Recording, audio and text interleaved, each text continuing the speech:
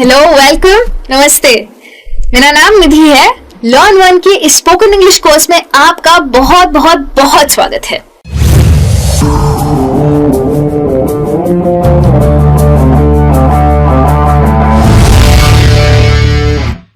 पिछली बार जब मैं आपसे मिली थी तो मैंने आपको कहा था कि मैं आपको अब नए टेक्निक सिखाने वाली हूँ, क्योंकि सिंपल बातें करना आप सीख चुके हैं।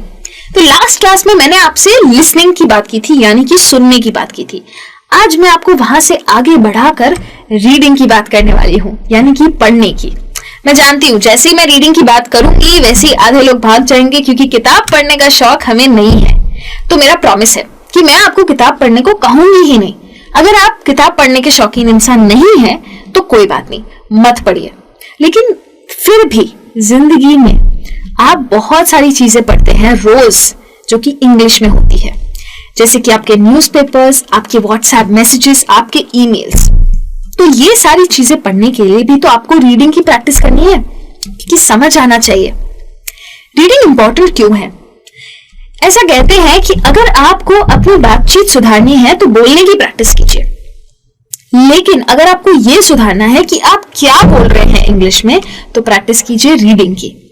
तो आज मैं आपको पढ़ना नहीं सिखाऊंगी, मैं आपको सिखाऊंगी अलग अलग टेक्निक्स जो आपका टाइम बचा सके जब आपको कुछ लंबा पढ़ना हो, क्योंकि लाइफ में ऐसी बहुत सारी चीजें आएगी जो आपको पढ़नी पड़ेगी।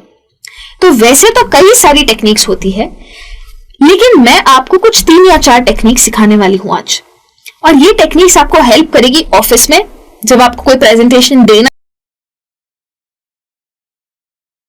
है या सुनना है या पढ़ना है, कोई रिपोर्ट बनानी है, या अगर आप डे टू डे लाइफ में रीजनल लैंग्वेज का न्यूज़पेपर पढ़ते हैं तो इंग्लिश में आप पढ़ना सीख जाएंगे। और जितना अच्छा पढ़ पाएंगे उतना अच्छा बोल पाएंगे, क्योंकि पढ़ते वक्त हम बहुत सारे नए नए शब्द सीखते हैं और धीरे धीरे हम वो अपने स्पीकिंग में भी डालते जाएंगे। तो टाइम वेस्ट करे बिना मैं आपको पहली टेक्निक पे लेके जा रही हूँ। पहली टेक्निक का नाम है स्किमिंग। स्किमिंग का मतलब होता है जल्दी जल्दी पढ़ना, यानी कि ऊपर ऊपर से पढ़ना। अब ऊपर ऊपर से पढ़ने का मतलब ये तो नहीं कि मैं छोड़ ही दूं, पढ़ूं ही नहीं। मैं पढ़ूंगी, लेकिन जो भी लिखा है उसके एक एक फैक्ट को अपने दिमाग में नहीं लूंगी। फटाफट पढ़ती जाऊंगी, सिर्फ ये जानने के लिए कि ये पैराग्राफ या न्यूज रिपोर्ट मेनली है किस चीज के बारे में। जिस डिटेल में मुझे इंटरेस्ट नहीं वो पढ़ने की जरूरत नहीं। लाइफ में बहुत सारी चीजें, जैसे कि न्यूज़पेपर के रिपोर्ट्स होते हैं या मेल्स होते हैं, जिसमें बहुत लंबी लंबी चीजें लिखी होती है, जिसका हमारे साथ कोई काम ही नहीं है, कोई लेना देना ही नहीं है, तो फिर हम क्यों पढ़े। लेकिन उसको बिल्कुल अवॉइड नहीं कर सकते, इसीलिए जल्दी जल्दी ऊपर ऊपर से पढ़ने के लिए हम सीखेंगे स्किमिंग। तो जब आप स्किमिंग करते हैं तब आप टाइम बचाते, आपका ध्यान भटक जाए और टाइम वेस्ट हो जाए। इसलिए स्किमिंग करने के लिए सबसे पहली चीज जो आप में होनी चाहिए वो है कंसंट्रेशन। स्किमिंग करने का एक अच्छा मेथड ये है कि आपकी जो पहली लाइन है और जो आखिरी लाइन है, पैराग्राफ हो या कोई भी छोटा मोटा टेक्स्ट हो, उसकी पहली और आखिरी लाइन को ध्यान से पढ़ लीजिए। क्योंकि जनरली जब कोई कुछ लिखता है तो पहली लाइन में अपना मेन टॉपिक या मेन आइडिया बता देता है। आपको मेन आइडिया ही तो जानना है। तो जब वो इंसान अपना टॉपिक इंट्रोड्यूस कर रहा है तब आपको वो पहली लाइन से मिल जाएगा। पहली लाइन और आखिरी लाइन जब आप पढ़ते हैं तो उसका मतलब ये नहीं है कि बीच के पोर्शन को मैं पढ़ूंगी नहीं, मैं पढ़ूंगी, लेकिन फटाफट से जल्दी जल्दी ऊपर ऊपर से पढ़ लूंगी। क्योंकि स्किमिंग का पर्पस ही ये है कि मुझे टेक्स्ट का मेन आइडिया समझ में आए।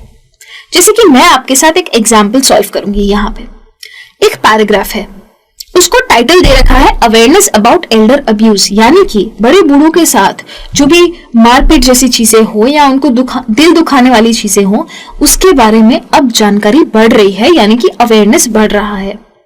तो ये टाइटल मुझे बताता है कि ये इसका टॉपिक है, मेन टॉपिक है एल्डर अब्यूज की अवेयरनेस। अब जितनी चीजें यहाँ बोल्ड में दे रखी है वो मैं ध्यान से शांति से पढ़ूंगी, और जो चीजों को मैंने बोल्ड नहीं किया है उसको मैं स्किम रीड करूंगी, यानी कि ऊपर ऊपर से पढ़ूंगी, क्योंकि वो मेरे काम की नहीं है। तो पहली लाइन पढ़ती हूं। Awareness about elder abuse still largely a taboo topic has started to increase across the world, यानी कि बड़े बूढ़ों के साथ जो भी अब्यूज होता है उसकी जानकारी, हालांकि कोई इसके बारे में बात नहीं करता, अब दुनिया जानने लगी है। अब जो बीच का पार्ट है उसको मैं फटाफट पढ़ती हूँ क्योंकि उसका डेटा मुझे रजिस्टर नहीं करना मेरे दिमाग में। It is defined as actions or lack of appropriate action which can cause harm or distress to an older person occurring within any relationship where there is an expectation of trust. All types of elder abuse can have impact on the health and well-being of the older person. अब मैंने इसको जल्दी जल्दी पढ़ा है, आप ये portion को मन में पढ़ रहे हैं। जब हम मन में पढ़ते हैं तो हम इसी स्पीड में पढ़ते हैं। आपको जोर से इस स्पीड में नहीं पढ़ना है, इसलिए चिंता मत कीजिए। अब मैं लास्ट लाइन पढ़ती हूँ जो कि बोल्ड में है, इसको मैं शांति से पढ़ूंगी और समझूंगी। साइकोलॉजिकल अब्यूज यानी कि दिमाग का abuse is the most pervasive and includes behaviors that harm an older person's self-worth or well-being. किसी का सेल्फ रिस्पेक्ट को हार्म करता है psychological abuse, such as name calling, scaring, embarrassing, destroying property or preventing them from seeing friends and family. इसका मतलब है कि किसी भी बड़े बूढ़े का सेल्फ रिस्पेक्ट हर्ट होता है जब आप उनको गलत नामों से बुलाते हैं, उन्हें डराते हैं या उन्हें नीचा दिखाते हैं, या फिर वो किसी चीज के मालिक है और आप वो तोड़ देते हैं, या फिर उनको अपने दोस्तों और दूसरे रिश्तेदारों से मिलने नहीं देते, थोड़ा कैद करके रखते हैं, तो उन्हें जो यहाँ पे महसूस होता है वो है साइकोलॉजिकल अब्यूज। तो अब अगर मैं ये समझ चुकी हूं तो मुझे मेन आइडिया समझ में आ गया। अब एक सवाल है, what is the main idea of the text? 4 options दे रखे हैं। The elderly suffer psychological abuse यानी कि बड़े बूढ़ों के साथ साइकोलॉजिकल अब्यूज यानी कि दिमाग का अब्यूज हो रहा है और वो ये चीज सफर कर रहे हैं। दूसरा है the awareness of mistreatment of older people is on the rise यानी कि बड़े बूढ़ों के साथ जो गलत व्यवहार, जो गलत बिहेवियर हो रहा है उसकी जानकारी अब बढ़ रही है। तीसरा ऑप्शन है people should know more about the abuse of the elderly यानी कि लोगों को अब बड़े बूढ़ों के साथ जो बुरा व्यवहार हो रहा है उसके बारे में पता होना चाहिए। और चौथा ऑप्शन है the government is trying to raise awareness of the abuse of the elderly यानी कि हमारी जो गवर्नमेंट है वो कोशिश कर रही है कि जानकारी बढ़े इस बारे में। अब ये जो लास्ट के 2 पॉइंट्स है ये तो मैं जानती हूँ कि मेन आइडिया नहीं है क्योंकि गवर्नमेंट की तो कोई बात ही नहीं थी और लोगों को पता होना चाहिए ये नहीं कहा, उन्होंने कहा कि लोगों को अब पता चल रहा है। The elderly suffer psychological abuse ये तो हम सब जानते ही थे, सिर्फ बात नहीं करते थे। इसलिए करेक्ट ऑप्शन मेरे हिसाब से बी होना चाहिए क्योंकि अब जो अब्यूज हो रहा है उसके बारे में जानकारी बढ़ रही है, ये वो पैसेज कह रहा था। तो आपने जब ऊपर ऊपर से पढ़ा तभी भी आपने मेन आइडिया जान लिया और आपने जो टेक्निक यूज की उसे कहते हैं स्किमिंग। अगर आप ये समझ चुके हैं तो मैं जल्दी जल्दी बढ़ना चाहूंगी अगली टेक्निक की तरफ जो कि है स्कैनिंग। अब जब स्कैनिंग की बात करती हूँ तो दिमाग में आता है वो रिपोर्ट्स जो होती है ना, जब हम स्कैन करते हैं या वो डॉक्यूमेंट्स को हम स्कैन करते हैं तो क्या वो होता है स्कैनिंग? होता है, लेकिन इंग्लिश में जो रीडिंग टेक्निक है वो थोड़ी सी अलग है। स्कैनिंग नाम से ही है क्योंकि हम अपनी आंखों से स्कैन कर रहे हैं। अब स्कैन करते क्या है? कई बार ऐसा होता है कि हम सिर्फ एक स्पेसिफिक चीज को ढूंढना चाहते हैं। अगर मुझे एक स्पेसिफिक चीज ढूंढनी है तो फिर मैं पूरी चीज पढ़ूंगी क्यों? फिर मैं वही स्पेसिफिक चीज ढूंढ सकती हूँ ना। तो जब मैं ऐसा कुछ करने की कोशिश करती हूँ तब मैं करती हूँ स्कैन। स्कैनिंग करने के लिए मैं तुरंत से फटाफट से टेक्स्ट को पढ़ूंगी, लेकिन असल में मैं पढ़ नहीं रही होंगी, मैं सिर्फ नजरें घुमा रही हूँ कोई एक चीज ढूंढने के लिए। जैसे कि कभी आपको फोन में कोई कांटेक्ट ढूंढना है और सर्च बटन वर्क नहीं कर रहा तो आप हैं, तो क्या आप पढ़ते हैं? सब कुछ नहीं पढ़ते, आप सिर्फ वो एक नाम ढूंढते हैं, तो आप वेट करते हैं कि कब वो नाम का अल्फाबेट आए और मैं स्लो करूं इसको। या फिर जब हम डिक्शनरी में कोई वर्ड ढूंढते हैं तो हम क्या करते हैं, अगर मुझे वर्ड ढूंढना है आब्राकडाब्रा, बहुत अच्छा वर्ड है, डिक्शनरी में है, अगर मुझे वर्ड ढूंढना है आब्राकडाब्रा तो मैं पूरी डिक्शनरी थोड़ी ना पढ़ूंगी, मैं एक खोलूंगी और मैं ढूंढूंगी कि आब्राकडाब्रा कहाँ है। तो शायद ए और ए में ना हो, इसलिए मैं पेज पलटूंगी, ए और बी की तरफ जाऊंगी, फिर थोड़ा सा धीरे से पढ़ूंगी और देखूंगी कहाँ है कहाँ है कहाँ है, और फिर जब ए बी और आर आ जाएगा तब मुझे मिल जाएगा आब्राकडाब्रा। तो इसे बोलते हैं स्कैनिंग। बीच में जितने वर्ड्स आए उनको मैंने ना पढ़ा ना उनका मीनिंग जानने की कोशिश की, मैंने सिर्फ वही वर्ड ढूंढा जो मुझे चाहिए था, तो इसको बोलते हैं स्कैनिंग। यहाँ जो आप मैग्नीफाइंग ग्लास देख रहे हैं, स्कैनिंग कुछ इस तरीके की होती है, हमारी आंखें बन जाती है मैग्नीफाइंग ग्लास। तो अब मैं सिखाती हूँ कि स्कैनिंग करनी कैसे है। जैसे कि यहाँ एक पैराग्राफ है, मैं तो कहती हूँ पैराग्राफ पढ़ने की कोई जरूरत नहीं है, स्कैन करना है तो मैं टाइम वेस्ट क्यों करूं, डायरेक्ट क्वेश्चन पढ़ते हैं। When did the fatal enforced malnourishment in a temple in Sparta happen? बहुत बड़े बड़े वर्ड्स हैं, लेकिन ऑप्शंस में अराउंड 370 BC, 470 BC, 570 और 670 BC दिया हुआ है, मतलब टाइम पूछ रहे हैं। वेन है मतलब कि टाइम पूछ रहे हैं, साल पूछ रहे हैं। फेटल एनफोर्स्ड माल नरिशमेंट का मतलब है कि भूख की वजह से जब लोगों को खाना नहीं मिलता है तो भूख की वजह से जो हो जाता है उनको, उसे माल नरिशमेंट कहते हैं। जितने की जरूरत है उतना खाना जब नहीं मिलता है तो उस इंसान को माल नरिश्ड कहते हैं। तो ये स्पार्टा के किसी मंदिर में हुआ था। ये जानना चाहते हैं कि कब हुआ था। अब सिंपल टेक्निक स्कैनिंग का ये है कि ये सब ढूंढने बैठना ही नहीं है। नंबर दिए हुए हैं आपको 370, 470, 570 और 670, तो मैं मेरी आंखें घुमाऊंगी इस पैराग्राफ में सिर्फ और सिर्फ नंबर ढूंढने के लिए, और मुझे यहाँ पे 470 BC दिखाई दे रहा है तो मैं इसके आसपास ही पढ़ूंगी। हो सकता है मेरा आंसर यही हो क्योंकि मुझे कहीं और नंबर नहीं दिख रहा है।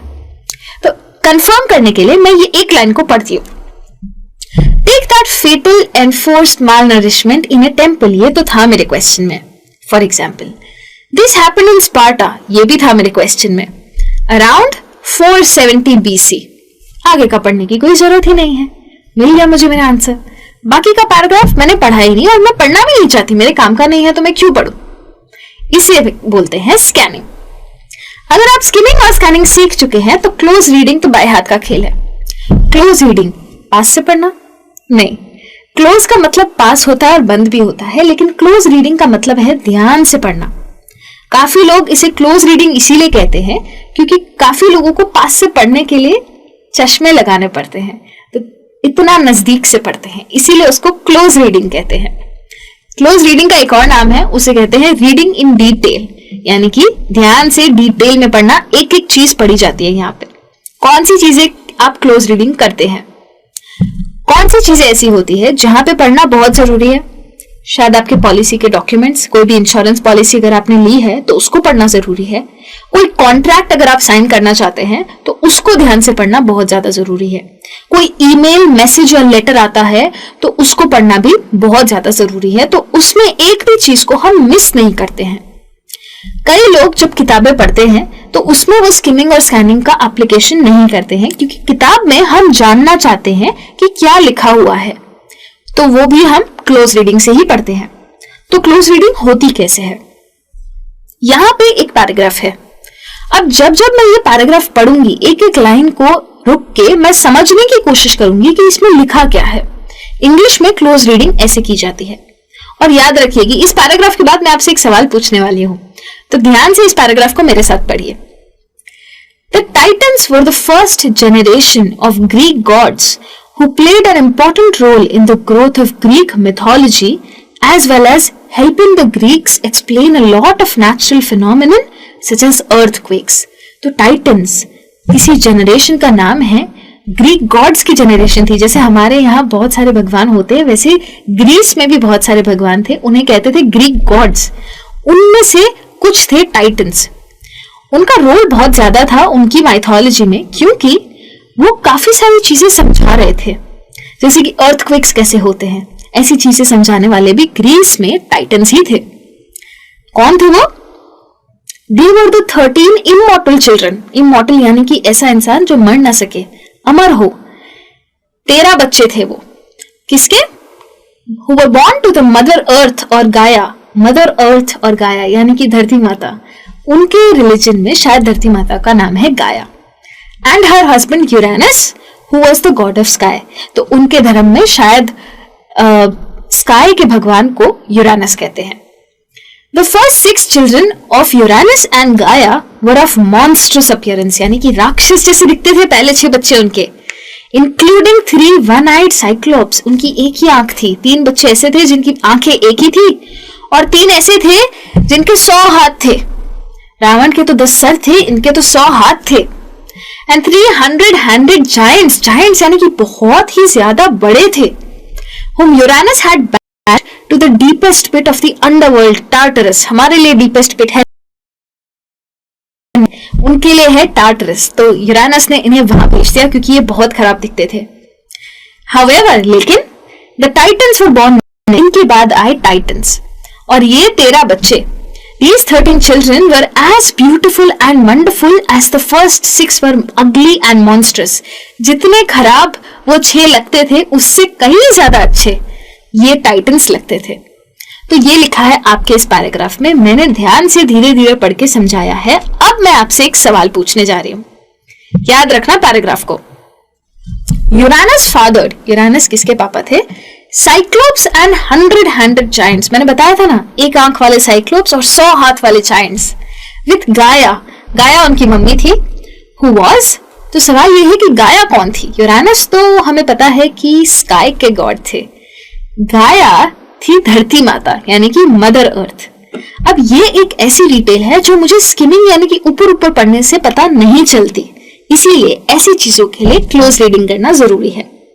रियल लाइफ में मैंने आपको बताया कि emails, letters, policy documents, contracts को क्लोज रीड करना जरूरी है ताकि आपको एक एक चीज समझ आए। कहीं पे भी अगर आप साइन कर रहे हैं तो पहले ध्यान से उसको पढ़ लीजिए, वहां पे आपको क्लोज रीडिंग काम आएगी। तो आप 3 टेक्निक्स तो सीख चुके हैं, तो बढ़ते हैं एक आखिरी टेक्निक पे जिसका नाम है डिड्यूसिंग मीनिंग। अब ये मुझे मालूम है आपको सबसे ज्यादा पसंद आएगी क्योंकि ये आपके काम की टेक्निक है। डिड्यूसिंग मीनिंग एक ऐसी टेक्निक है जो हमें तब काम आती है जब हमें किसी वर्ड का मतलब समझ में नहीं आता। अगर आप कुछ पढ़ रहे हैं तो बहुत ही नेचुरल चीज है कि आपको हर एक वर्ड थोड़ी ना पता होगा, किसी को नहीं पता होता क्योंकि इंग्लिश में बहुत सारे वर्ड्स हैं, तो हर किसी को हर एक वर्ड का मीनिंग नहीं पता होता। तो अगर आपको मीनिंग पता नहीं है तो क्या आप हर एक बार डिक्शनरी खोल के ढूंढेंगे?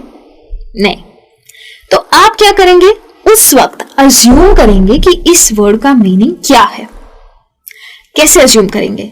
जब आप सेंटेंस पढ़ते हैं तो वो सेंटेंस का एक मीनिंग होता है। अगर आप उस सेंटेंस का मीनिंग समझ जाते हैं तो आपको उस वर्ड का मीनिंग समझ आ जाएगा। ये कैसे करना है ये भी मैं सिखा देती हूँ। जैसे कि यहाँ पे एक सेंटेंस है जिसका बोल्ड वर्ड है डिवॉइड। अब मुझे डिवॉइड का मतलब नहीं पता, तो मैं कोशिश करूंगी सेंटेंस के बेसिस पे समझने की कि डिवॉइड का मतलब क्या है। सेंटेंस है, Ronald hated the detention room because it was absolutely devoid of warmth and cheer. तो रोनाल्ड को ये डिटेंशन रूम पसंद नहीं था क्योंकि वो उसके अंदर वार्मथ और चीयर था ही नहीं। अब डिटेंशन रूम है तो वार्मथ और चीयर तो होगा नहीं। वार्मथ मतलब गर्माश, गर्माश का मतलब टेम्परेचर से कि अपनापन महसूस नहीं हो रहा था उसे और कोई खुशी नहीं थी अंदर। तो अब मुझे डिवॉइड का मतलब तो नहीं पता, लेकिन अगर ये कहता है it was absolutely devoid of, तो हो सकता है डिवॉइड का मतलब हो किसी चीज की कमी। ये मेरा असम्पशन है, मुझे नहीं मालूम कि ये मतलब है या नहीं। ऐसे ही एक दूसरा वर्ड है स्पॉन्टेनियस, जिसका मतलब मैं नहीं जानती, पर सेंटेंस कह रहा है Brenda was trying to study for her chemistry final when she was overcome by the spontaneous urge to go on a bike ride, but the urge passed as suddenly as it came. तो Brenda एक लड़की है जो कि अपने chemistry final exam की पढ़ने की कोशिश कर रही है, लेकिन अचानक उन्हें बाइक राइड पे जाने की इच्छा हुई, पर जैसी इच्छा आई वैसी चली भी गई। तो अब मैं नहीं जानती कि स्पॉन्टेनियस का मतलब क्या है, लेकिन अर्ज लिखा है यानी कि इच्छा, और पढ़ते पढ़ते ऐसी इच्छा आई है तो अचानक ही आई होगी, ये मैं अज्यूम कर रही हूं। तो हो सकता है स्पॉन्टेनियस का मतलब हो अचानक। तो देख लेते हैं इन वर्ड्स का एक्चुअल मीनिंग क्या है। अगर मैं यहाँ पे देखूं डिवाइड और स्पॉन्टेनियस को, तो यहाँ पे लिखा है कि डिवाइड का मतलब है एंटायरली लैकिंग और फ्री फॉर्म, यानी कि जैसे कि मैंने आपको कहा था कमी, वार्मथ और चीयर की कमी को डिवॉइड कहते हैं।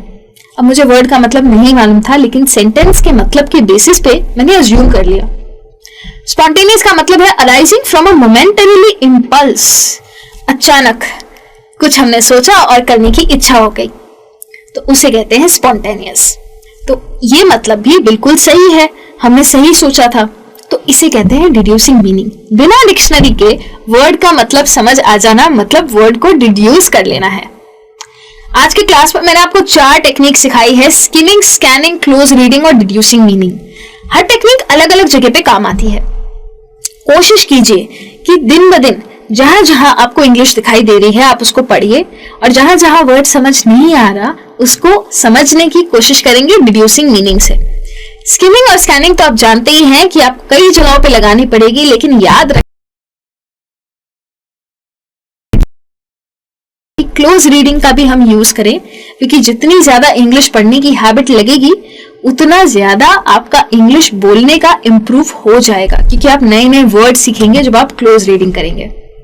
अगर इस क्लास के बारे में आपको कोई भी सवाल है, कोई भी क्वेश्चंस या क्वेरीज है, तो आप जा सकते हैं forums.learn1.com पे और वहां पे अपने क्वेश्चंस को पोस्ट कर सकते हैं। वहां डिस्कशंस होते हैं और आपके क्वेश्चंस का जवाब आप जिस भाषा में चाहेंगे उस भाषा में आपको दिया जाएगा। अगले क्लास में मैं आपको एक और नई चीज सिखाने वाली हूँ, उसे कहूंगी अंडरस्टैंडिंग सेंट्रल थीम्स, यानी कि कोई भी रिटन टेक्स्ट का मेन आइडिया समझना। और रिटन ही क्यों, कोई भी चीज अगर आप देख रहे हैं तो वो मेनली किस चीज के बारे में है, वो कैसे समझना है इंग्लिश में, उसके बारे में आपसे बात करूंगी। बट बहुत जल्दी मिलने वाली हूँ वापस, तो अभी के लिए thank you so much and bye bye.